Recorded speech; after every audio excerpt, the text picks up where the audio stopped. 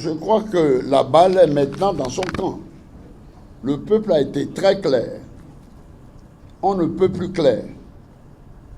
Et ce que je souhaite, c'est qu'ils comprennent qu'il s'est trompé.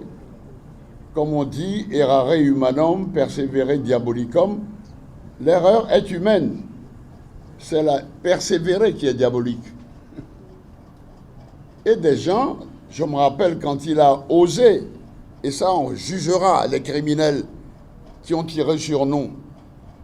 Nous étions sortis simplement un vendredi saint pour prier pour lui, prier pour notre peuple, prier pour les déshérités.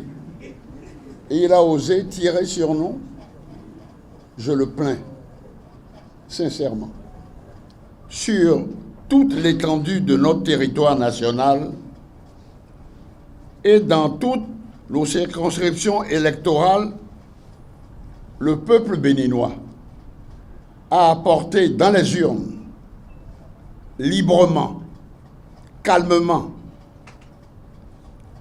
au fond, un cinglant désaveu à la parodie électorale visant, sous couvert d'élections démocratiques, au fond, à réaliser un coup d'État électoral perpétré par un certain Patrice Talon et sa brutale police politique sous les ordres du sinistre général de police du nom de Nazer Rounampé. Le peuple béninois, à l'appel de la résistance démocratique nationale, a, dans un élan patriotique, prouvé on ne peut plus clairement, nettement, que Patrice Talon et le pouvoir dit de la rupture ont perdu depuis longtemps dans notre patrie toute légitimité, toute crédibilité. Le 28 avril 2019 est la journée de la résistance nationale contre le projet funeste de M. Patrice Talon visant à imposer un régime de tyrannie, de dictature, de despotisme aux antipodes du régime du renouveau démocratique qui, depuis une trentaine d'années, a consacré dans notre patrie la démocratie, l'état de droit, le pluralisme politique, la liberté d'expression et d'association, le consensus comme valeur principale de l'ordre constitutionnel. Le peuple a solennellement proclamé, et vous le savez à plusieurs reprises, qu'il n'y aura pas d'élection sans l'opposition. Dire des choses comme ça, une évidence de ce genre-là, ça surprend dans le pays de la conférence nationale souveraine. C'est pour mettre un terme à ça que s'est tenue cette réunion de toutes les forces vives de la nation. La population de nos villes et de nos campagnes, l'ensemble de la communauté économique des États de l'Afrique de l'Ouest, de l'Union africaine, de la communauté internationale, de l'Union européenne, des grandes chancelleries des pays démocratiques, la presse internationale, ont été témoins du cinglant désaveu infligé par le peuple du Bénin à Patrice Talon dans tous les centres de vote et postes de vote de notre patrie. Alors, quelle conclusion?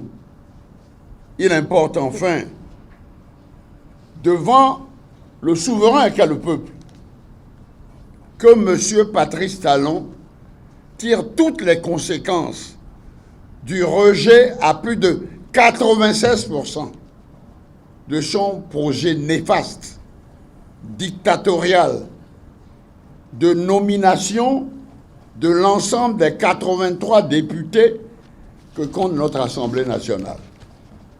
Quand même, donc, il est demandé instamment au président Patrice Talon,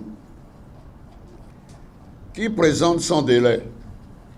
Après tout, nous sommes au fond des disciples de Gandhi, de Martin Luther King, de Nelson Mandela. Nous sommes donc ouverts au pardon, qui nous présente sans délai des excuses publiques à notre peuple pour toutes les souffrances à lui infliger et à la communauté régionale, africaine, internationale. Donc, au respect des accords, mécanismes et engagements internationaux souscrits par la République du Bénin en matière électorale et dans le règlement des conflits et pour la préservation de la paix, qu'il renonce sans délai à la confiscation du pouvoir législatif. Le problème qui se pose ici est celui qu'a très clairement indiqué Barack Obama. Le problème que nous avons pour la renaissance de l'Afrique, ce n'est pas d'avoir des dictateurs, d'avoir des hommes forts, c'est d'avoir des institutions fortes. C'est parce que ces institutions n'ont pas joué leur rôle que nous nous trouvons aujourd'hui dans cette situation. Si l'Assemblée, si tous les organes dont le ventre traîne par terre avaient joué leur rôle, on n'en serait pas là aujourd'hui. Oui ou non? Oui. Tout le monde est conscient. C'est que pour avoir, mettons, au fond, on n'a pas encore bâti en Afrique suffisamment d'institutions démocratiques, fortes, capables de dire non, de contrôler le pouvoir exécutif. On n'acceptera pas que 83 personnes nommées par décret dirigent ce pays. On dit non, qu'ils ne se fassent pas d'illusions, qu'ils renouent le dialogue avec l'ensemble de la classe politique, à l'effet de trouver, comme on avait proposé, des solutions consensuelles pour la tenue effective des élections législatives totalement inclusives, transparentes et crédibles dans un climat démocratique apaisé, dans l'unité, la paix et la cohésion nationale. On ne lui demande quand même pas, on peut dire, la mer à boire. On lui dit simplement, agis comme l'ont fait depuis tous les gouvernements, depuis la conférence nationale.